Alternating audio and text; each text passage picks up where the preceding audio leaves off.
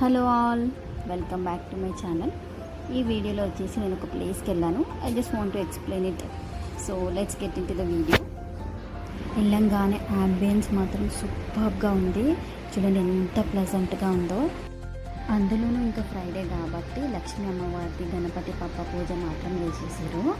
ఇంకా అంతేకాకుండా ఇక్కడ ఉన్న అన్న మాత్రం తన ముందు నుంచే ప్రిపేర్ అవుతూ ఉంటారు.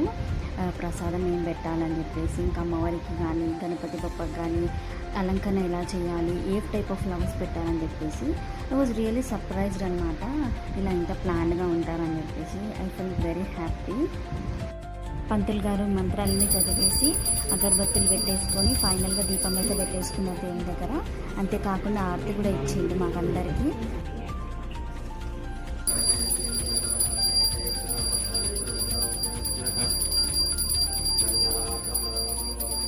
ఫైనల్ ఇంకేముంటుంది, ప్రసాదము.